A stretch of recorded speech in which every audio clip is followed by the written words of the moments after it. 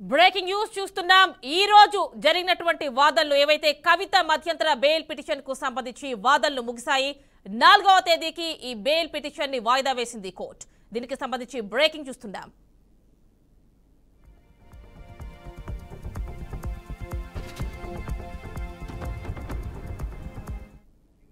పూర్తి డీటెయిల్స్ మా కరెస్పాండెంట్ క్రాంతి అందిస్తారు.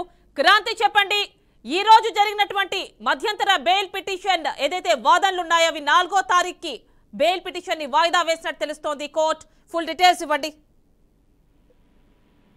రైట్, ప్రస్తుతం అయితే ఏదైతే ఇప్పుడే వెలుగులోకి వచ్చిన విషయాన్ని చూసుకోవచ్చు. అయితే మన ఢిల్లీలోని రావుసదని కోర్టులో మాత్రం తీర్పును మరోసారి వాయిదా ఏప్రిల్ 4వ తారీఖు వాయిదా వేయడం జరిగింది. అయితే ముందస్తు అంటే కవిత తరఫు న్యాయవాది ముందస్తు బెయిల్ తో పాటు రెగ్యులర్ బెయిల్ కూడా మంజూరు చేయాలంటూ మాత్రం వాదనలు వినిపించిన మన కవిత తరఫు న్యాయవాది అయితే మాత్రం వినిపించారు. అయితే దీంట్లోనే ఈడీ అధికారి తరఫున న్యాయవాది కూడా తనకు బెయిల్ ఇవ్వద్దు అనేసి కూడా వాదించినట్టుగా తెలుస్తుంది. అయితే ఇదే అంశంలో న్యాయస్థానంలో మాత్రం ప్రస్తుతం ఎందుకంటే ఇరువురు వాదనలు విన్న తర్వాత మాత్రం ఈ కేసుకు సంబంధించి ఏప్రిల్ 4 అంటే గురువారం దీన్ని పోస్ట్పోన్ చేసి ఆ రోజుకి వాయిదా వేసినట్టుగా తీర్పు ఇవ్వడం అయితే జరిగిందని కూడా చెప్పుకోవచ్చు. అవన్నీ ఎందుకంటే ప్రస్తుతం ఉన్న బెయిల్ ఒకవేళ మంజూరు చేసినట్లయితే మాత్రం కీలక దీనికి సంబంధించి ఏదైతే లిక్కర్ స్కామ్ కుంభకోణం మనీ ల్యాండ్ సంబంధించిన కొన్ని కీలకమైన ఎవిడెన్స్ ను కూడా మిస్ అయ్యే అవకాశాలు ఉన్నాయంటూ కూడా ఆ ఈడీ తరఫున న్యాయవాది అయితే వాదించినట్టుగా తెలుస్తోంది.